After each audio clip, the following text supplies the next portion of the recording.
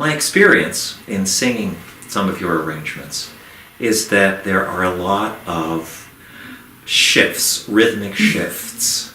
When I hear a piece that you've composed, it's like, oh yeah, that's a Carol Barnett piece. Yeah, because I hear the shifts going on. Where does that come from? And how does that, is that a signature? Is that a Carol Barnett signature when you're doing arranging? Okay. Yeah. I just handed a piece in a couple of weeks ago, and they had the first rehearsals on Wednesday. And they asked me beforehand, well, so, it's going to be easy? I said, well, I think it'll be fine tonal-wise. You'll be able to hear it's not gnarly that way. I think you'll be challenged by the rhythmic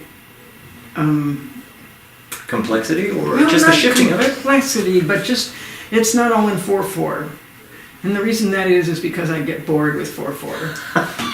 Also, because English is not in 4/4 all the time, and emphasis is not 4/4. So you're going along in 4/4, and all of a sudden you get to something important. Give it a little bit more time. Make it a 5/4, or squish it together a little bit so you can get on with whatever is going on. So make it a 3/4, or a 7/8, or something like that. I think that probably is a paw print, and Dominic would say a paw print. A paw print. Yeah. That's a good way of talking about it. When you find the text that you're going to set, what's the process of starting to put notes on the page that associate with that text? Or do you have different processes? It's magic. It's magic. Carol Barnett clicks her fingers. Carol Barnett says a little prayer. No, it's different for every piece. And I start every piece by saying, how did I think I could do this? Well, talk a little bit about Wonder Where. What was the process for that piece? That's different because you already have a lot of the material. You have the text and you have the tune. So it's an arrangement. And all you need to do, it's easy, right? Arrangements are an easier kettle of fish most of the time because all you need to do is figure out what's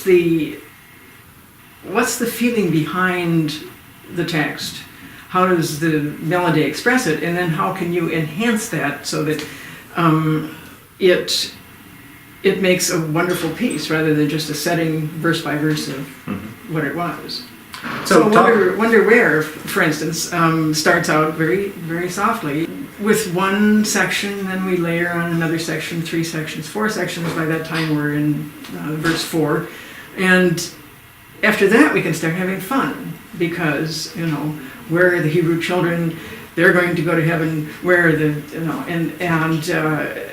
it's a question of building, an architecture question, building from soft and thin to a great, almost Baroque sort of shout of joy.